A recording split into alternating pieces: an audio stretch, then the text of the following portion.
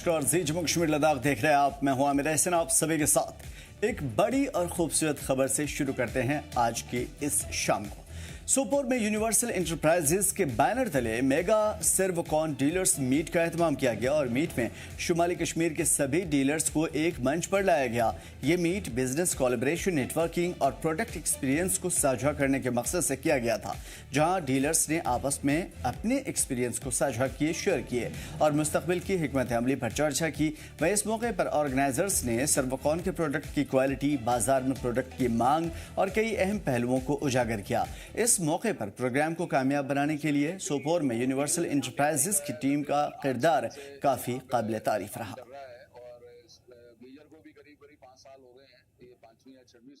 सर्वोकॉन की जो नॉर्थ कश्मीर में मीटिंग हुई है, डीलर्स मीट हुआ, बहुत सक्सेस मीटिंग रही। काफी लोगों ने यहाँ पे हिस्सा लिया और हमारी जो कुछ स्कीम्स थी हमारे डिस्ट्रीब्यूटर की तरफ से, कंपनी की तरफ से, उनको भी पास ऑन किया गया और काफी अच्छा रहा। मेनली हमारा यहाँ फोकस जो था, क्योंकि अब सीजन स्टार्ट हो रहा है गीजर का, तो मेनली हम लोग गीजर को फोकस करके कर रहे थे और गीजर के साथ साथ अपना स्टेबलाइजर्स भी यहाँ पे है और श्रीनगर से काफी अच्छा रिस्पांस रहता है कि हम लोग साउथ कश्मीर में भी और यहाँ पे भी इसमें वोल्टेज स्टेबलाइजर के अंदर जो है अभी पूरे कश्मीर के अंदर सर्वोकॉन जो ने अभी अपनी पकड़ बनाई हुई है और नंबर 1 आज की डेट में अगर नंबर्स की बात करते हैं तो सर्वोकॉन स्टेबलाइजर्स के अंदर नंबर 1 है। और हम उम्मीद करते हैं कि आने वाले 2 साल के अंदर इसी तरह से हम लोग गीजर में भी आगे काफी तेजी के साथ आगे बढ़ रहे हैं और वो दिन दूर नहीं जिस दिन हम लोग गीजर में भी यहाँ पे नंबर 1 बनेंगे।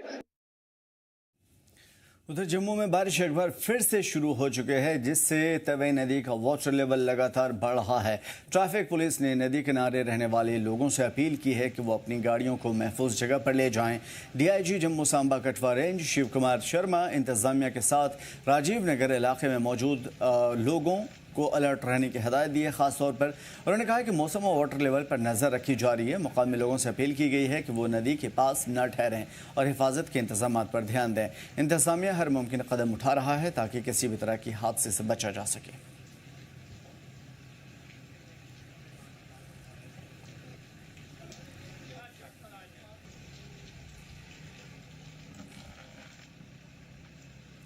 उधर जम्मू में 4 दिन पहले हुई बारिश के दौरान सैलाब की चपेट में आए एक इलाके का खौफनाक वीडियो सामने आया है। ये वीडियो जम्मू के केबी स्कूल के पास गुज्जर कॉलोनी का है, जब एक नाले का पानी अचानक इलाके में दाखिल हुआ और उसके बाद देखते ही देखते 6 से 7 घर इसकी चपेट में आए। एक घर से लोगों को बाहर निकालते वक्त पानी का बहाव इतना तेज हुआ कि घर की दीवार टूट गई और कई लोग इसमें बहते दिखाई दिए। जम्मू में इस बार हुई मूसलाधार बारिश के बाद से लगातार अलग अलग इलाकों से तबाही की तस्वीरें सामने आ रही है। जम्मू में आज भी महकमा मौसमियात ने भारी बारिश का अलर्ट जारी किया है और इसके चलते सुबह से ही अलग अलग इलाकों में बारिश हो रही है।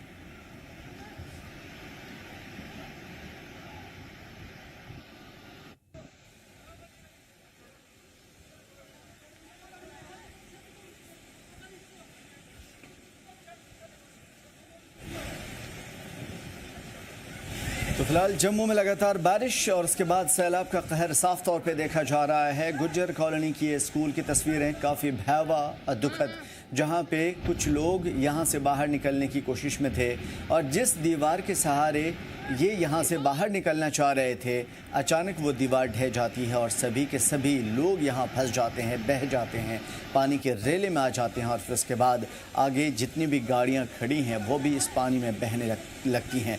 फिलहाल यहां के लोगों को रेस्क्यू किया जा चुका है, लोगों को बचा लिया गया है, लेकिन ये तस्वीरें इस भयावह सूरत हाल को दर्शाती है, दिखाती है और ये भी कहती है कि जम्मू के अलग अलग इलाकों में सैलाबी सूरत हाल में क्या सिचुएशन हुई होगी लोगों को जो घरों में ट्रैप हो गए हैं।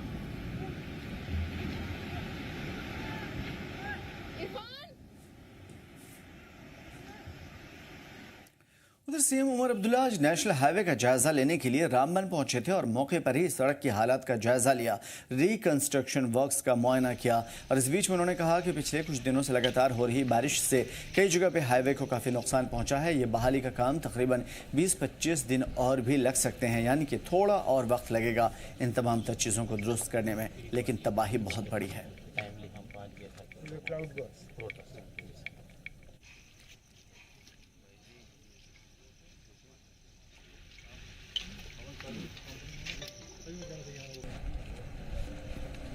कई जगहों पे हाईवे को नुकसान हुआ है।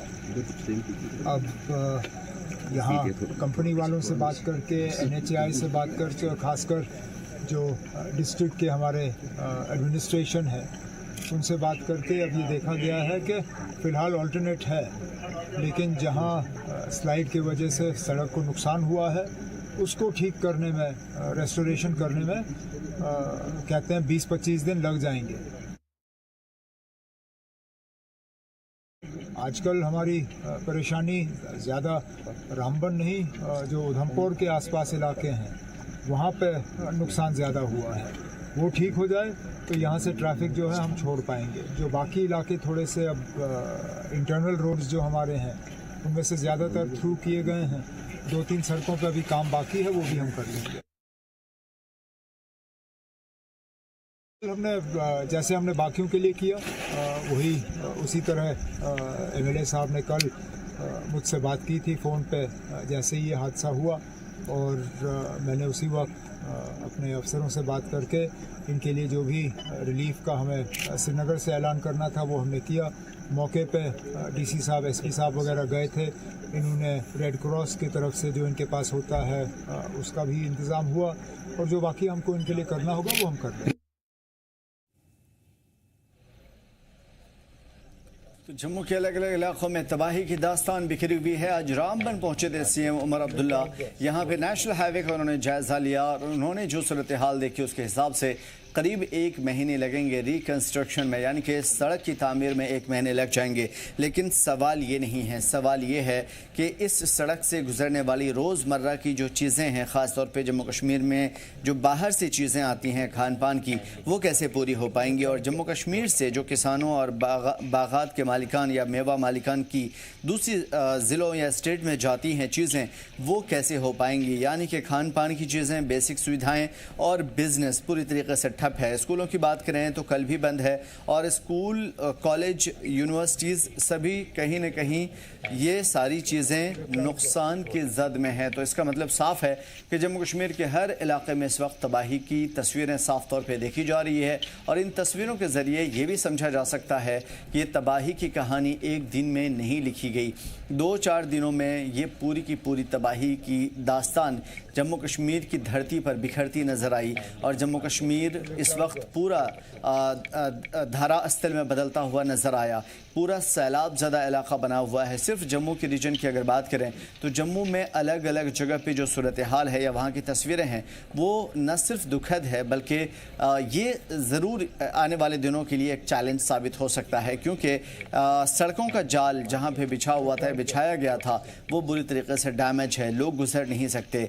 बार बार लैंडस्लाइड की खबरें आ रही है, और जगह जगह जोन बनाए गए हैं, यानी कि कुछ हसास इलाके तय किए गए जहां पे लैंडस्लाइड का ख़तरा है, यानी कि लोग उधर से गुजर भी नहीं सकते अगर सड़कें बन भी जाती है तो। और फिर जो लोग सड़क की रिपेयरिंग करते हैं, बनाते हैं, उनके लिए भी एक बड़ा ख़तरा है। आम लोगों की बात अलग। उसके साथ साथ जो जम्मू कश्मीर की आम जिंदगी है वो पूरी तरीके से ठप होने वाली है या हो रही है।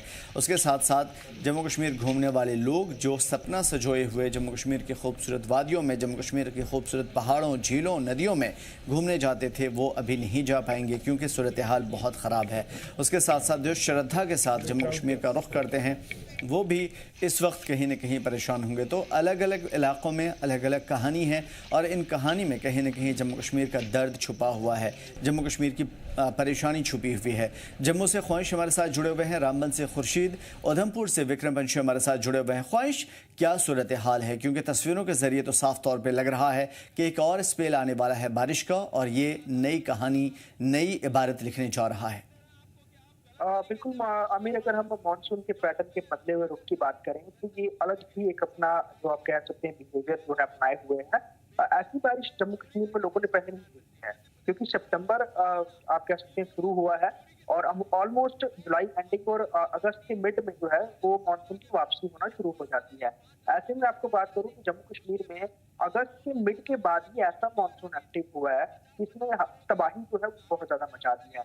29 आपको बताऊं कि अगस्त से 2 सितंबर तक का अलर्ट है। इस बीच आज बहुत ज्यादा बारिश हुई है। अभी से कुछ देर पहले और सुबह इतनी तेज बारिश थी मानो कहीं ऐसे लग रहा हो कि प्लेन्स में बादल फट गया हो, यानी कि इतनी इंटेंस जो है वो बारिश हो रही थी, तेज बारिश हो रही थी कि आगे अगर कोई इन केस अगर गाड़ी चला रहा हो या टू व्हीलर चला रहा हो तो वो बिल्कुल चलाना है तो उसे साइड में खड़े होकर रुकना पड़ेगा कि आगे उनको कुछ भी नहीं नजर आ रहा था। इतनी तेज बारिश थी और ऐसे ही बारिश ने जितने भी नाले थे शहर के उसे अपना दिया और लोगों को जो लो लाइन एरियाज थे उनके लिए मुसीबत खड़ी कर दी, क्योंकि पहले भी जब बरसातें हुई थी तो 1.5 दिन की बारिश ने ऑलमोस्ट जम्मू के लो लाइन एरियाज को डुबो दिया था, क्योंकि तवी का जो लेवल इतना ज्यादा बढ़ गया था और शहर के जितने भी नाले थे वो ऑलमोस्ट तवी में ही जाके सब मत होते हैं। अगर हम जम्मू नॉर्थ की बात करें तो वो पानी जो है वो तवी में ना जा करके नीचे लो लाइन एरिया में भरना शुरू हो गया, जिस कारण बड़ी तबाही हुई। उसके साथ ही साथ तवी का भी जलस्तर जो बढ़ा हुआ था उसने भी किनारों को डैमेज किया, जो किनारे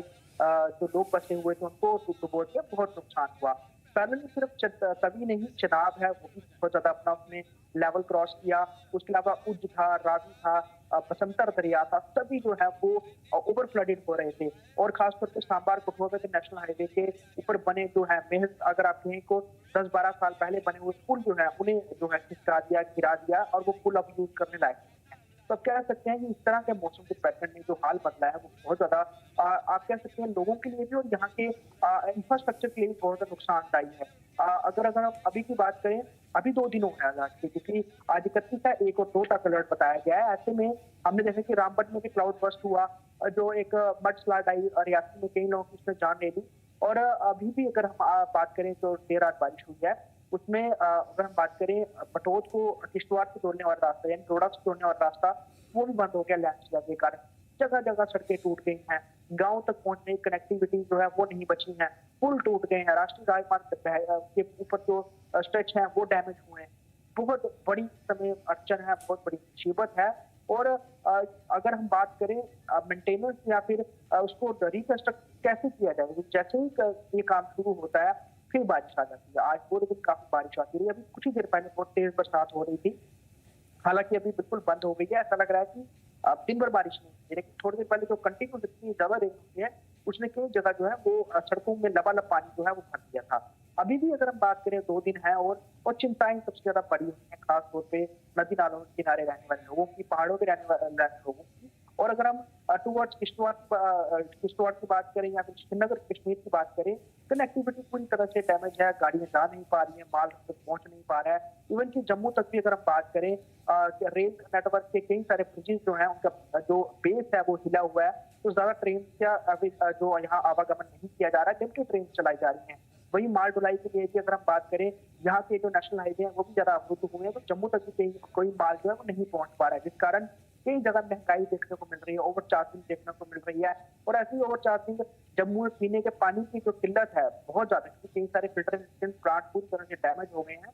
उसके बाद पीने के पानी के टैंकर वालों ने आतंक जो मचाया, उसके ऊपर कल डीसी ने कहीं नकेल कसते हुए जितने भी प्राइवेट बोरवेल्स थे, सरकारी बोरवेल्स वैसे सरकार के अधीन होते हैं, प्राइवेट बोरवेल्स और जितने भी प्राइवेट टैंकर थे उन्हें एडमिनिस्ट्रेशन के साथ अंडर ले लिया है। उन्होंने कहा है कि कोई पानी सप्लाई करेगा वो नोडल ऑफिसर जो बिठाया गया है उनके अंतर्गत ही पानी की सप्लाई होगी, क्योंकि देखा जाएगा ओवर चार्ज नहीं हो रहा है, कहीं लूट मार नहीं हो रही है। क्योंकि अगर हम नॉर्थ जम्मू की बात करें या फिर जम्मू साउथ के ऊपरी इलाकों की बात करें, जहाँ पर पीने के पानी की पाइप जो है उखड़ गई है, डैमेज हो गई, बह गई है, फिल्ट्रेशन पानी, क्योंकि तभी का ही पानी फिल्टर करके उसे शहर में अलग अलग जगह पहुंचाया जाता है, तो फिल्ट्रेशन प्लांट ही पूरे खराब हो गए, बड़ी बड़ी मोटर्स खराब हो गई और ना जाने वो रिप्लेस होंगी या फिर वो ठीक करने में कितना वक्त लगेगा, तो वो पानी के लिए आतंक बचा था। तो ऐसे क्या और बड़ी सारी चीजें हैं, अलग अलग जगह देखा जा रहा है, मंडियों में सब्जियां आसमान छू रही हैं, फल फ्रूट की कीमतें बहुत ज्यादा हैं।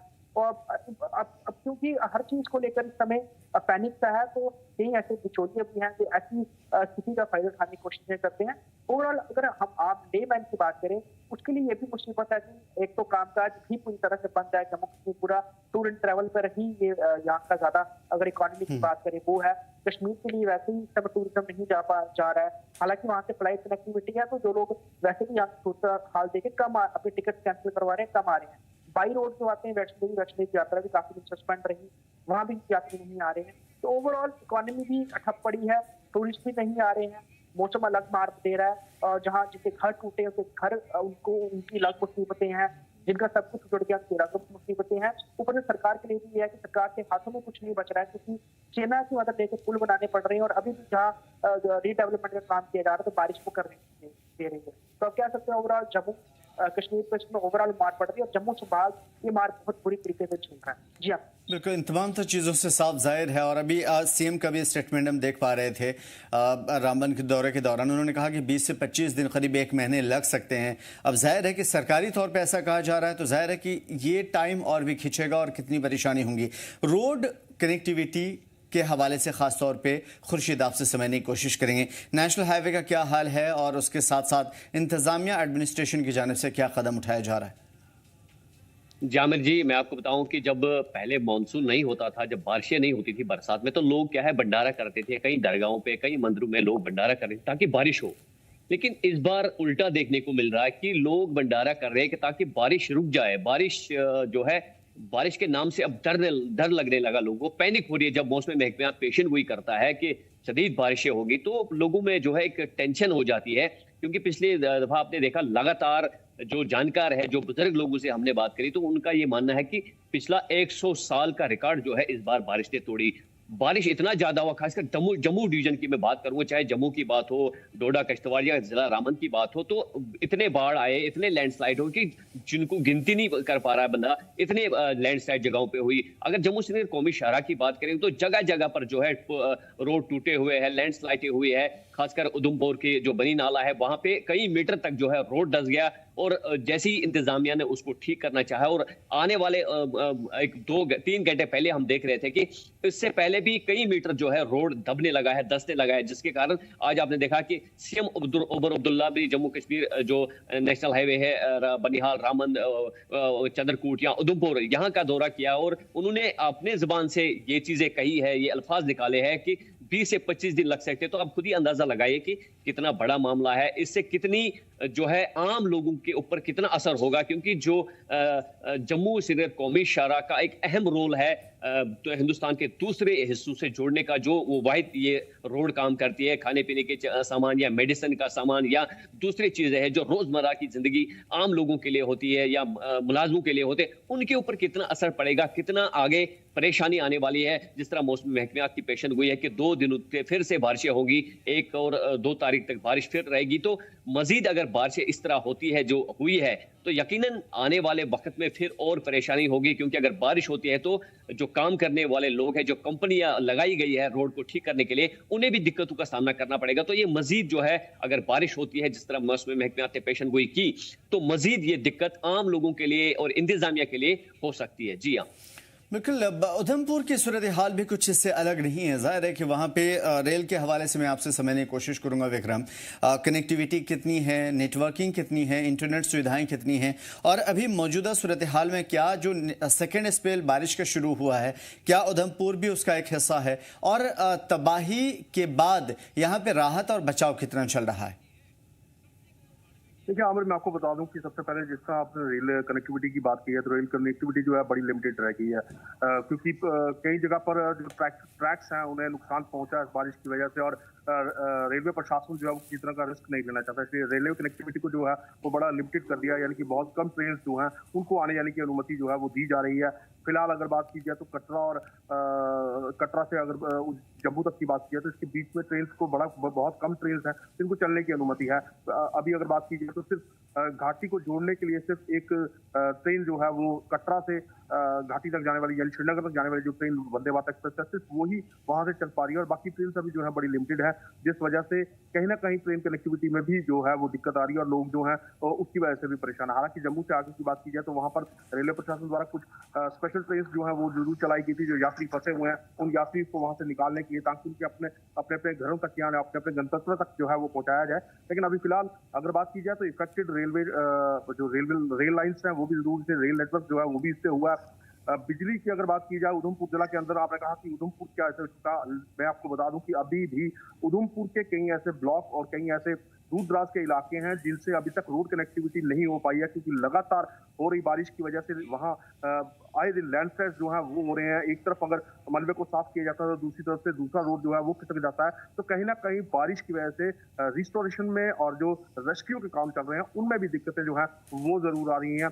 फिलहाल जिस तरह से कल भी हमारी अधिकारियों से बात हुई थी तो ये उनका साफ तौर पर कहना था कि मोबाइल नेटवर्क अभी भी प्रॉपर तरीके से कई दूर दराज इलाकों में नहीं है। बिजली का सेटअप जो है अभी तक जो है वो पूरा प्रॉपर नहीं हो पाया, क्योंकि नेशनल हाईवे के किनारे ही जो है 33 केवी लाइन जो है बिजली की वो जाती है और उसको भी नेशनल हाईवे सिंक होने की वजह से, यानी कि नेशनल हाईवे एक्सप्रेस की वजह से वो जो बड़े टावर्स हैं वो भी गिर चुके हैं, जिस वजह से कई इलाके जो हैं वो बिजली से अब बिल्कुल से कट चुके हैं। और वो इतना पहाड़ी क्षेत्र है कि वहां तक पहुंचना या बिजली को रिस्टोर करना काफी दिक्कतें भरा जो है, जोखिम भरा जो है वो विभाग के लिए भी है। तो इन सब चीजों को लेकर ये साफ तौर पर देखा जा रहा है कि कब जो मौसम है वो पूरी तरह से सहयोग दे ताकि रिस्टोरेशन का काम जो है वो जल्द से जल्द हो पाए।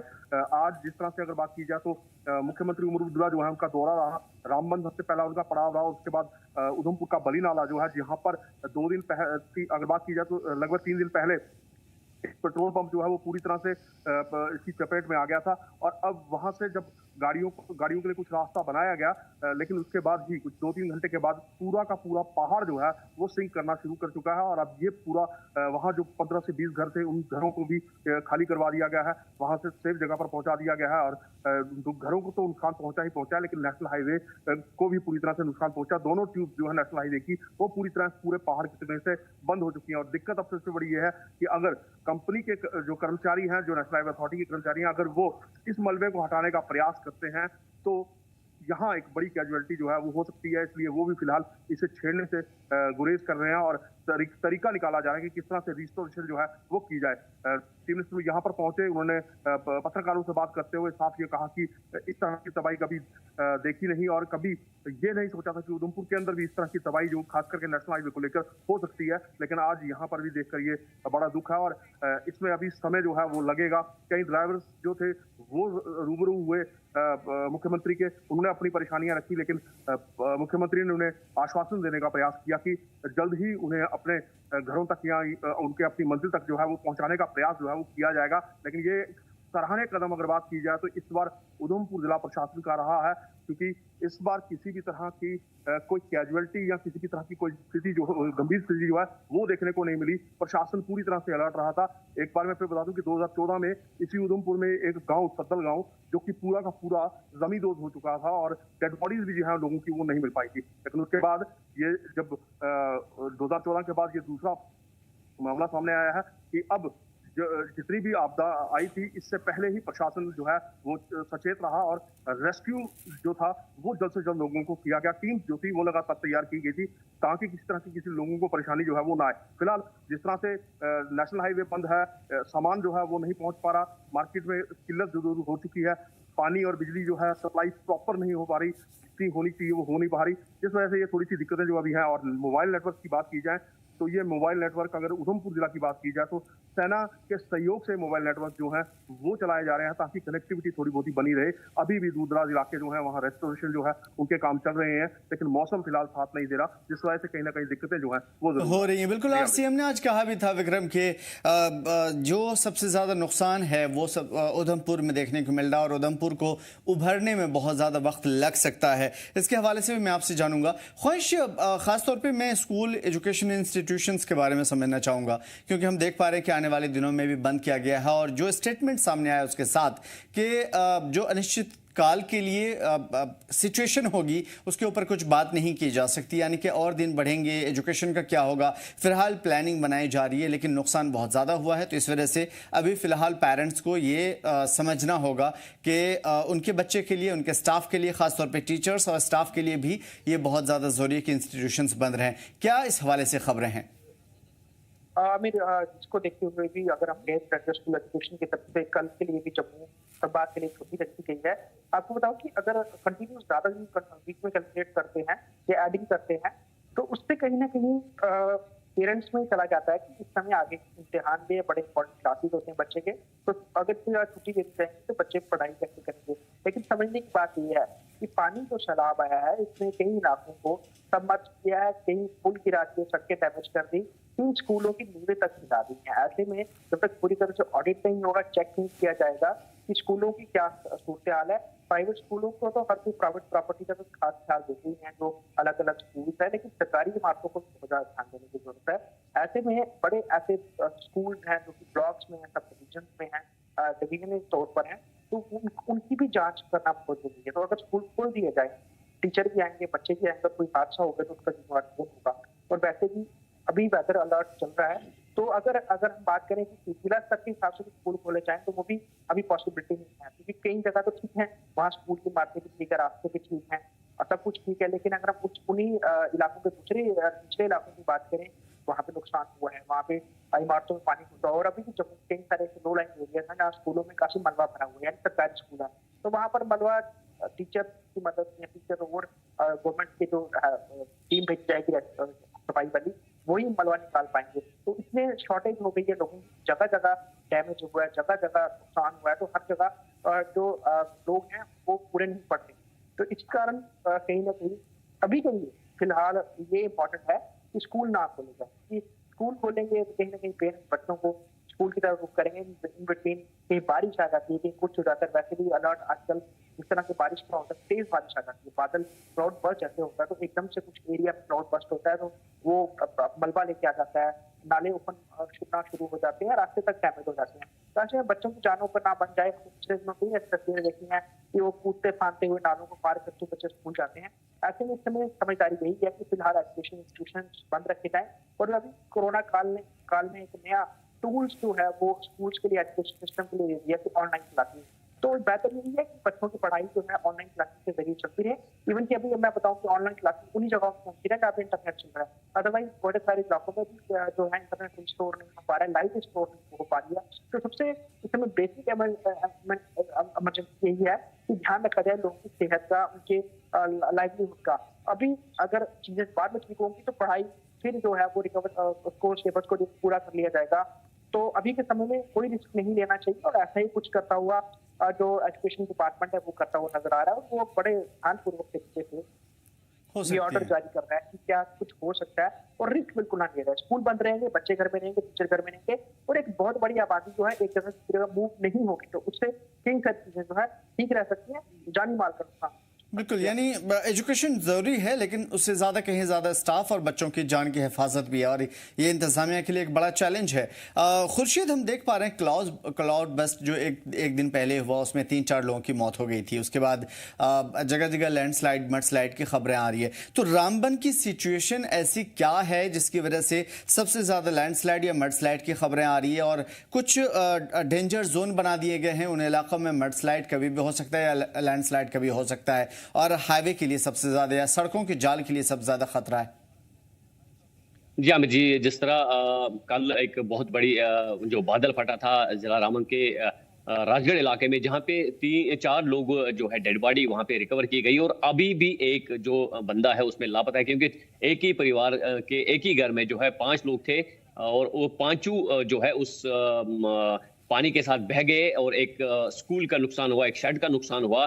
तो 5 में से 4 जो रिकवर हो गए थे, लेकिन अभी भी एक मिसिंग है, और रेस्क्यू ऑपरेशन अभी भी चल रहा है, जिसमें अभी सेना ने भी हाथ बढ़ाया, इंडियन आर्मी भी, जम्मू कश्मीर पुलिस और एसडीआरएफ एनडीआरएफ लोकल सिक्योरिटी जो है उनके साथ इस वक्त भी जो है रेस्क्यू ऑपरेशन चल रहा है, ताकि उस बॉडी को रिकवर किया जाएगा। और मजीद जो जम्मू श्रीनगर कौमी शाहराह है, लगातार कल भी 1-2 जगह पे लैंडस्लाइडें हुई है। बनिहाल के वगन इलाके में लैंडस्लाइड हुई, और रामसू के अपोजिट जो खूनी नाला है वहां पे एक जगह है, वहां पे पूरा गांव जो है उसको खाली कराना पड़ा है इंतजामिया को। पूरा पहाड़ जो है उसकी लैंडस्लाइड की वजह से, कंपन से जो है पूरा पहाड़, बच्चे बुजुर्ग सब को निकाल दिया गया वहां से, उसको वहां पे डेंजर जोन करार दिया गया है। इंतजामिया ने तुरंत वो कम से कम 31 फैमिलियों को वहां से निकाला, और रामसू के हाई स्कूल में उनको फिलहाल शिफ्ट किया, और कल रात से वहां पे जो है मेडिकल टीमें, बीएमओ रामसू, एसएचओ रामसू, तहसीलदार या एसडीएम रामसू जो है लगातार उन लोगों की निगरानी कर रहे हैं, और डीसी के कहने पर जो है उन्हें वहां से तुरंत निकाला गया, क्योंकि जो लैंडस्लाइड आई लगातार वो आज रात भर भी कंटिन्यू चल रही, क्योंकि आज सुबह 7 बजे तक, अगर मैं बनिहाल की बात करूं तो सुबह 7 बजे तक यहाँ पे बारिशें हो रही थी। जिला रामबन में अभी भी बारिश हो रही है, या उधमपुर की बात करूंगा अभी भी बारिश हो रही है। सुबह से बनिहाल 7 बजे से अभी तक जो है बिल्कुल अब्रो आलूद है। लेकिन जहां मैं आपको बात कर रहा हूँ रामसू एरिया की, तो इस वक्त भी वहां पत्थर आ रहे थे। कल रात को हम वहां जी मीडिया की टीम वहां पे पहुंची और वहां पे इतना डर लग रहा था कि उसकी वाइब्रेशन से ना दूसरे साइड से पहाड़ हिल रहे थे।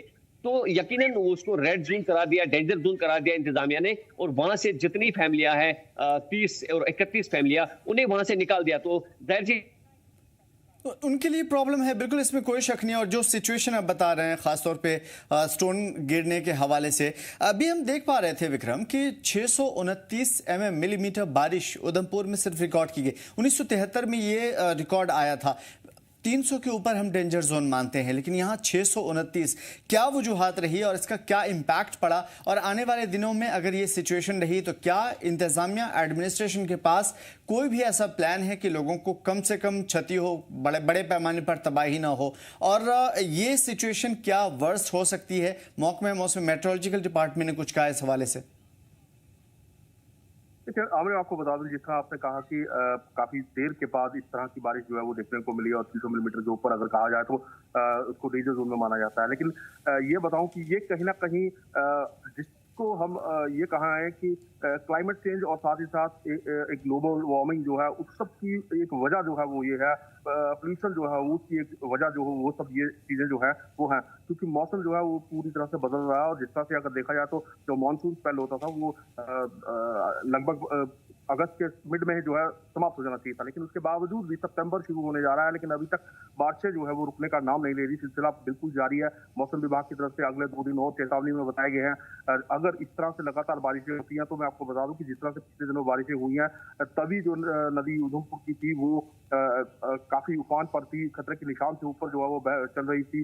बसंतगढ़ के ऊपर की इलाका जो है दूरदराज का, वहां की बात की जाए तो जहां से 3-4 घर जो थे पहले ही खाली करवा दिए थे, वहां बादल फटने की घटना सामने आई थी। इसी तरह अगर पंचेरी की बात की जाए तो वहां भी बादल फटने की घटना जो है सामने आई थी। हालांकि इन दोनों घटनाओं में किसी तरह का कोई जानी नुकसान जो है वो नहीं हुआ। ये ऊपर वाले का एक करम रहा जिस वजह से उधमपुर के अंदर अभी तक किसी भी तरह की ये कैजुअलिटी जो है वो देखने को नहीं मिली है।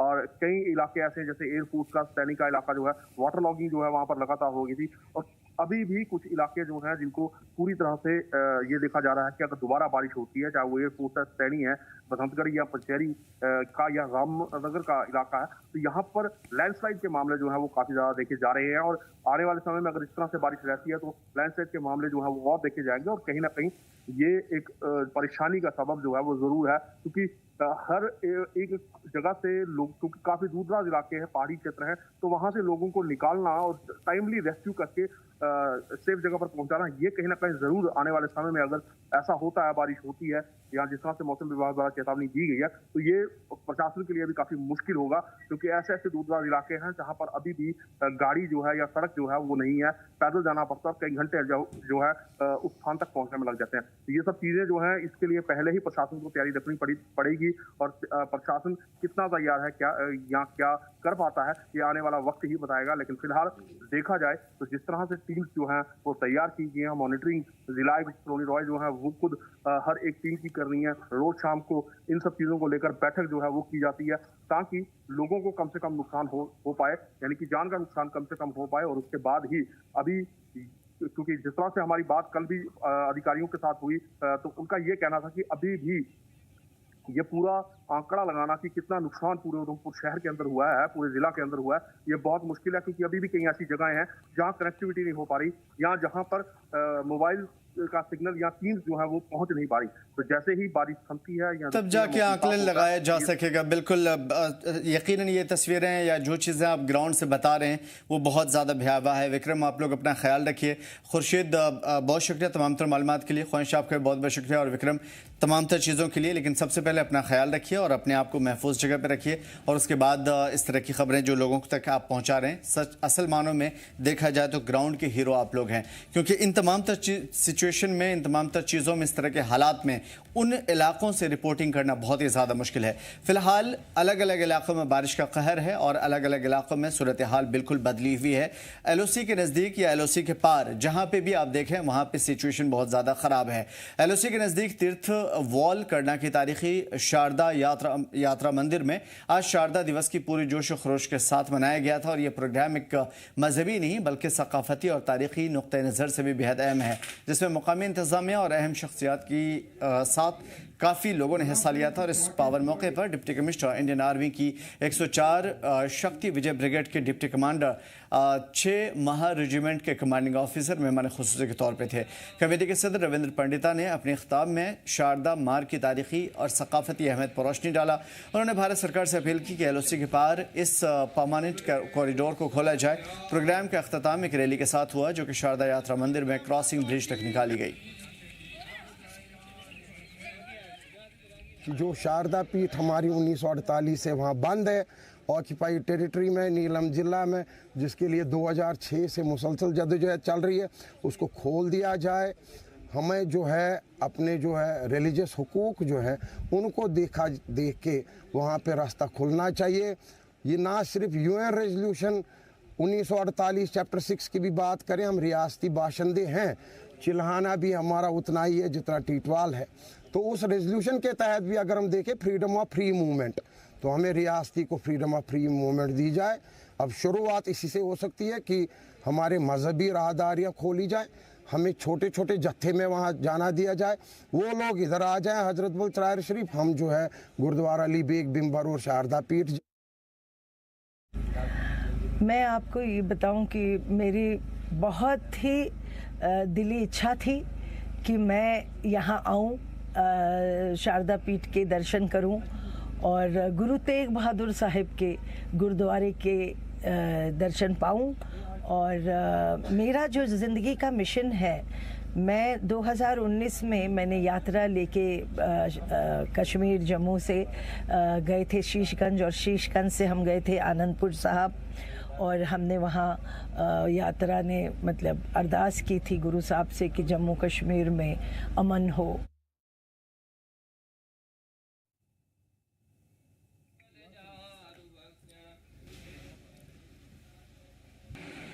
राजौरी ज़िले के बुढ़ल ब्लॉक वाक़ ग्राम पंचायत के अवाल लोअर के बाढ़ और लैंडस्लाइड मुतासर इलाकों का आज सीनियर फारूक इनकलाबी ने दौरा किया था। उन्होंने मोहरा हिल कंगोटा में हाल ही में हुए लैंडस्लाइड से बुरी तरीके से मुतासिर परिवार से मुलाकात कर उनकी परेशानी को सुना, पूरी मदद का यकीन दिलाया। लीडर ने खास तौर पे इस मौके पर ADC कोटरनाका और MLA जावेद इकबाल चौधरी से बातचीत की और नुकसानात की जानकारी दी। वहीं मुतासरा खास तौर पर परिवार वालों से मुलाकात की। मीडिया से बातचीत करते हुए उन्होंने इल्ज़ाम लगाया कि हादसे के बाद अब तक कोई भी सरकारी अधिकारी यहाँ नहीं पहुँचा है। उन्होंने बताया कि वो परेशानी की इस घड़ी में बिना किसी इंतज़ामिया के राहत और छत की लोगों को राहत की ज़रूरत है और इस टाइम पे सबसे ज़्यादा लोगों को ख़ास तौर पे घरों की ज़रूरत है, क्योंकि घर तबाह हो गए हैं, लोगों को खाने पीने की चीज़ें नहीं है। मुकामी लोगों ने बताया कि देर रात हुई शदीद लैंडस्लाइड के कारण यहाँ पे मकान पूरी तरीके से तबाह हो गए हैं, सड़क कनेक्टिविटी टूट गई है, मुश्किल हालात में उनकी ज़िंदगी गुजर रही है। कोई बंदो तुम्हारे कल तक से नहीं आए भी, हमने बहुत दवाई लाई, मीडिया वालों बुलाए, कोई बंदो तुम्हारे सामने कोई निकाल आए भी। मारो माल मर गया, बंदा बच गया, मारो सब जायदाद जिन्नी की खत्म होगी मकान के अंदर, कई चीज बाहर नहीं कर सके हम, सबकी मारो खत्म हो गई, सिर्फ माल है जान कटी बस, और कई चीज नहीं। 2 दिन से लगातार इस इलाके में स्लाइडिंग जो है वो जारी है और स्लाइडिंग की जद में लगभग भी 7 मकान जो है रिहायशी वो आए हैं और मकान मुकम्मल तौर पर स्लाइड में दब चुके हैं। बड़ी मुश्किल से लोगों ने अपनी जान बचाई है, माल बचाया है, लेकिन जो बाकी साजो सामान था उसके समेत मकान जो है वो स्लाइडिंग की जद में आ गए। इन लोगों के पास खाने पीने के सामान के साथ साथ दीगर जितना भी ज़रूरी घर में सामान होता है वो तबाह हो गया है। तो एडमिनिस्ट्रेशन से पिछले 2 दिन से ये लोग गुहार लगाते आए हैं कि एडमिनिस्ट्रेशन की जानिब से किसी ऑफिसर को यहाँ पे भेजा जाए। ये जो पूरा एरिया है ये इस वक्त अनसेफ है, लेकिन एडमिनिस्ट्रेशन की तरफ से और बिलखुसूस तहसीलदार ख्वास की जानिब से